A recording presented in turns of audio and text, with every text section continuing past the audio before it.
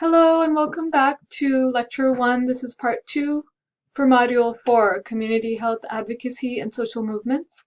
We were in our last lecture discussing we left off with patient education and advocacy, the video, and this was sharing 3 case studies of CCM cultural care managers employed at Harborview Medical Center.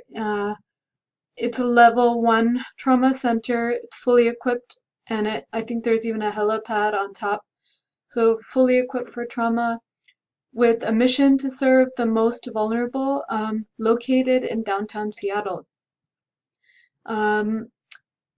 So this seminar was about community house calls program with Harborview Medical Center. They have 6 pillars of care management. The first one is navigation. Then they have education, advocacy, mediation, interpretation, and case management. Languages offered in this program are Amharic from Ethiopia, Vietnamese, Spanish, Somali, and Khmer from Cambodia. So the first one was Salma Musa. Her voice is a little difficult to hear on the recording, but her story was really amazing. So if you feel inclined to listen to it very carefully, you'll hear this wonderful story of a case she had of a 75-year-old female who was type 2 diabetic. Most of her caseload, she said, is diabetic. And so this woman lives alone, doesn't have transportation, doesn't speak English very well, and stressed out from being very new immigrant, probably a refugee. She didn't specify, but came as an older person and has to adjust to a new country, a new culture, a new language at the age of probably in her 70s. So this woman had difficulty navigating the system in USA because she was unfamiliar with preventive care measures.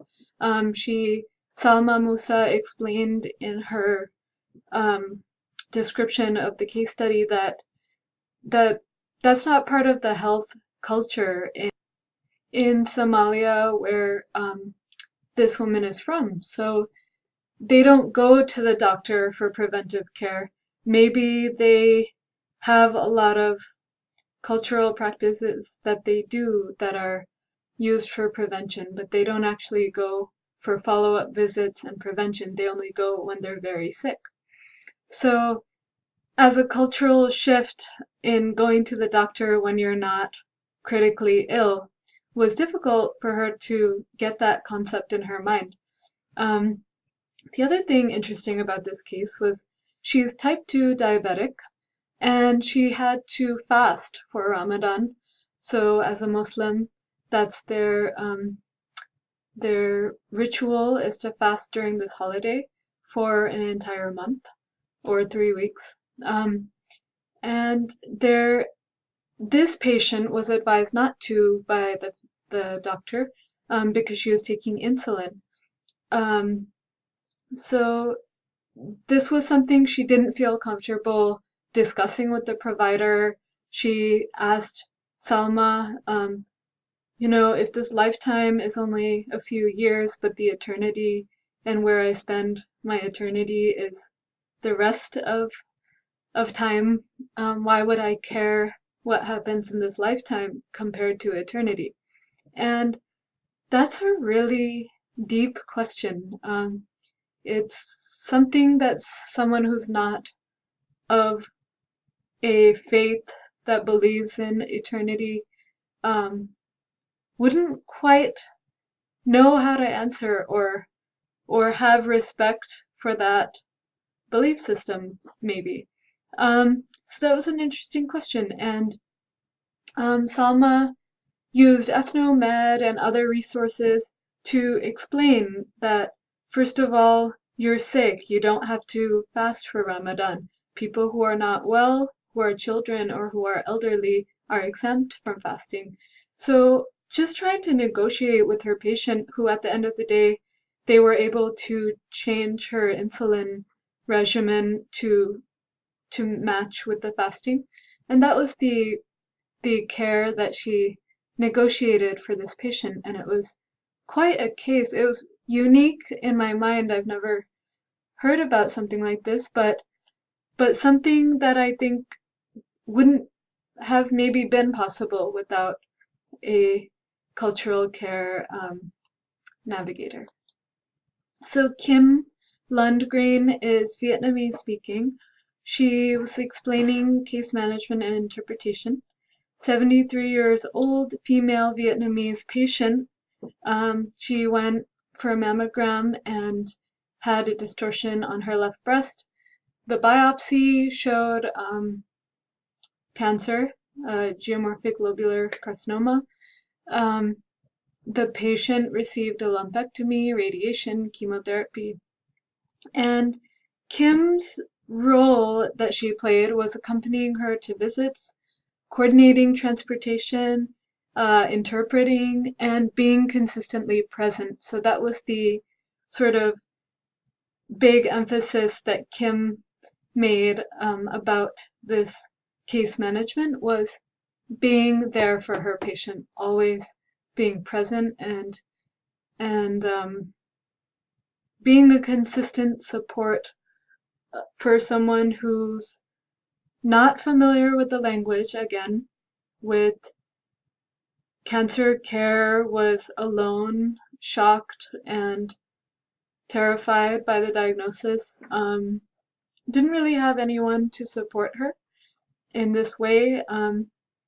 So Kim being there may have saved her life in terms of following through and following up on her treatments and her care. The last one was Jose Mayorga, Spanish speaking, talking about mediation and advocacy. The way that he told his story was kind of fun and funny.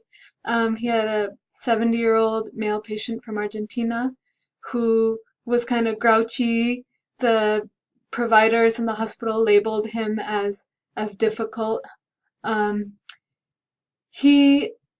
Jose was able to understand just by simply talking to the patient that no one would tell him what they were doing to him as a patient, and he couldn't understand the phone interpreters. Being an elderly person, he just wasn't able to adjust to that and understand it on the phone.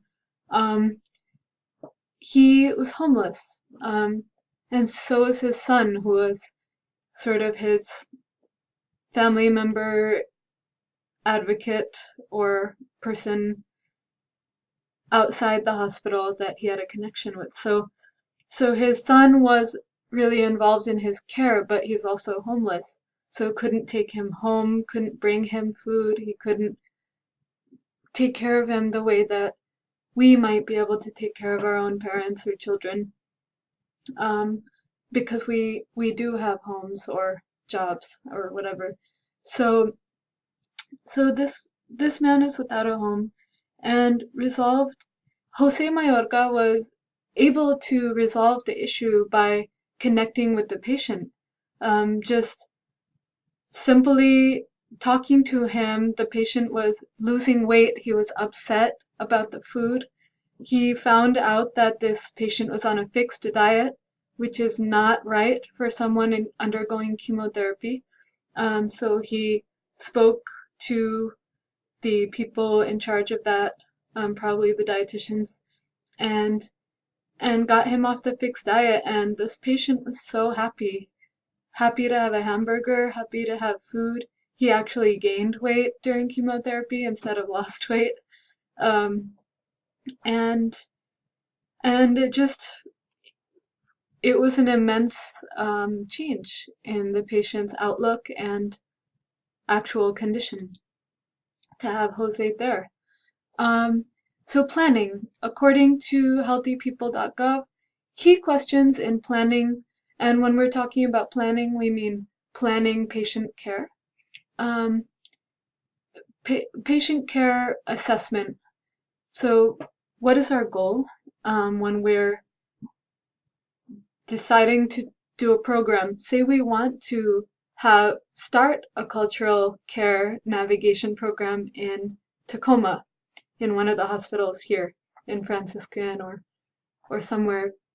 If we want to start that program, what is our goal? To serve, and maybe the answer is to serve immigrant, refugee, and undocumented or uninsured patients of ethnic origins going to these hospitals. What do we need to do to reach our goal? We need to find out how many patients are there, what languages they speak, where they're coming from, who do we have who could take these jobs if we start the program, if we write a grant, if we pour all the money in. Are there anyone who's going to work for us in that capacity? So we have to find out who will do it, and which hospitals will do it. So that's another part of the who. What do we need to reach our goal? Do we need money? Do we need people, human resources, all kinds of resources? Maybe we need a car for them to travel, like a caseworker. How will we know when we have reached our goal? And that's a question in planning. And establishing an objective, a target, a baseline that right now maybe 1% of our ethnic patients are getting care navigation services and translation services, and we would like to up that to 80%, and so establishing an objective, a baseline, and a target makes that plan measurable. So how to measure these as well. How do we find out the number of patients? How do we find out who needs navigation? So clinical monitoring, that's a data collection system, and that's another sort of, it could be a way to measure your baseline and post evaluation data of a program, but clinical monitoring is somewhat broad of a term. It describes the collection of data to capture the efficacy of clinical care, or even just the outcomes that are going on in a certain facility. Clinical monitoring can be done by different entities. Washington State Department of Health has the PMP program, Prescription Monitoring Program. Indian Health Service, which is a federal program, has the Diabetes Care and Outcomes Audit, which is a clinical monitoring system that takes place in individual clinics, collecting data from the providers on diabetes indicators like hemoglobin A1C and kidney function and things like that. There's HEDIS measures. We've talked about this before. Healthcare effectiveness data and information set, created by the National Committee for Quality Assurance. So these are government programs. This is a nonprofit. Another form of collecting clinical data for assessing effectiveness in clinical care. So the Diabetes Care and Outcomes Audit, it's an annual process to assess care and outcomes for American Indians and Alaska Natives with diagnosed diabetes mellitus. I used to be an epidemiologist in this program. Indian Health Service, tribal and urban Indian healthcare facilities nationwide participate in collecting clinical data. These are the indicators, and they have many indicators for diabetes. This is done by clinicians who upload the data into a web portal managed by IHS, and the data is gathered and analyzed by biostatisticians and epidemiologists. So until next time, please click this link and see you next time.